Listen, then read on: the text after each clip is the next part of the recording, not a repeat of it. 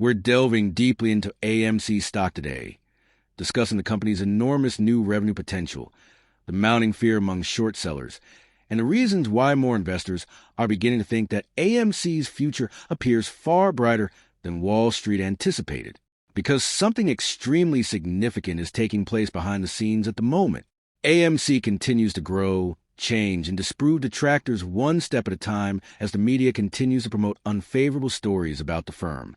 Take a moment to consider this. Consider placing a wager against a business that is always changing, a business that consistently innovates, adapts, and finds entirely new ways to attract clients to its environment. That is precisely what AMC is doing at the moment. And one of the biggest developments we've recently heard about is AMC entering the live concert business nationwide through its theaters. This is huge right now. We briefly discussed this before after the earnings report, where Adam Aaron talked about expanding AMC beyond traditional movies and into live entertainment experiences. But the more you think about this strategy, the more powerful it actually becomes. Because this isn't just about showing concerts on a screen. This is about transforming AMC theaters into nationwide entertainment hubs that can generate entirely new streams of revenue. Just think about the potential here. $40 to $75 concert tickets, crowded theaters, enormous concession sales, unique product opportunities, and real-time live audience interaction at hundreds of venues. Unbeknownst to many, this has the potential to grow into much more. This tactic is made much more effective by the fact that it helps both AMC and the performer. Naturally, other artists will join in if they find that collaborating with AMC theaters for nationwide concert experiences will yield enormous revenues. The business model has the potential to grow quickly if it becomes effective. We've already seen evidence that AMC may benefit greatly from entertainment agreements. Take a look at the popularity of the Taylor Swift concert video. That became a major moment for AMC, especially under AMC's own distribution business. Theaters were filled, merchandise sales skyrocketed, and it demonstrated that people are eager to visit AMC for more than just classic films. Now imagine if even more global artists decide to partner with AMC. Imagine exclusive concert experiences, fan events, special screenings, and live performances distributed across hundreds of AMC locations nationwide. Suddenly, AMC is no longer just a movie theater chain. It becomes a major entertainment platform. And this is exactly why many investors are asking the question, why are short sellers still betting against AMC? For years, the bearish argument was that AMC would supposedly run out of money, lose customers, fail to innovate, and eventually collapse. But what are we actually seeing happen? The exact opposite is what we're witnessing. AMC is always coming up with new business ideas and strategies to boost sales. Additionally, keep in mind that when AMC discusses its countrywide reach, it refers to the hundreds of theaters that are already located around the nation. There's already infrastructure in place. There's already an audience. The high-end screens are already available. All AMC has to do is add fresh entertainment options to its already vast network. This is the reason it is so potent. And to be honest, this seems like only the beginning, because additional collaborations will follow if the concert concept is very successful. There will be more artists, there will be more private events, and AMC's potential earnings in the future will begin to surpass traditional box office receipts. However, there are other significant developments taking on at the moment. Additionally, AMC recently revealed yet another significant collaboration between Netflix and the forthcoming Narnia project, which is anticipated to begin production in Q1 of 2027. The greater picture here is what this relationship means for the industry as a whole, even though that timeline is still in the future. Because movie theaters were meant to be destroyed by streaming corporations for years. That was the narrative everyone pushed. People said streaming would replace theaters completely. Yet now we are witnessing streaming giants themselves turning toward theaters again. That is a massive shift. Instead of theaters becoming irrelevant, we're now seeing streaming companies realizing that theatrical releases can actually strengthen their brands, create hype, and generate additional profits. Netflix partnering with AMC is incredibly important because it may open the door for many other streaming companies to follow. And Netflix isn't the only streaming company in existence. There's Disney, Roku, Amazon, Apple, and many others competing aggressively for audience attention. If AMC proves that theatrical partnerships help streaming companies succeed, then AMC could become a preferred distribution partner for future projects across the industry. There will be additional opportunities as a result.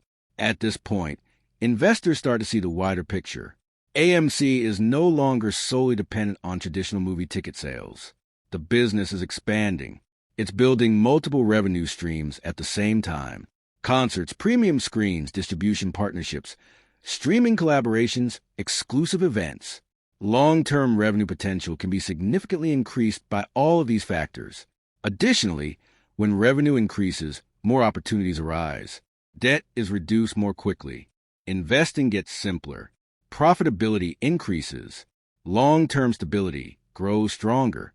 That's why many investors believe AMC is entering an entirely different phase compared to previous years. At the same time, theater attendance itself has also been improving.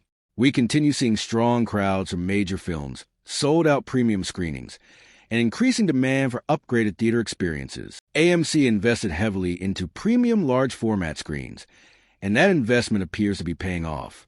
These days, people want to do more than just watch movies. They're looking for experiences.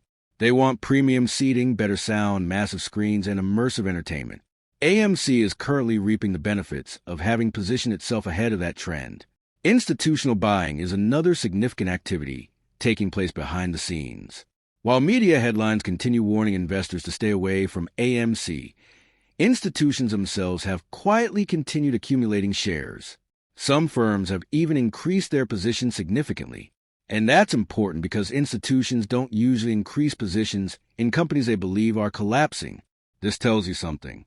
It suggests that larger investors recognize AMC's improving business outlook and future potential. They see the recovery happening. They see the innovation. They see the expanding revenue streams. And they understand that AMC may be much stronger than the mainstream narrative suggests.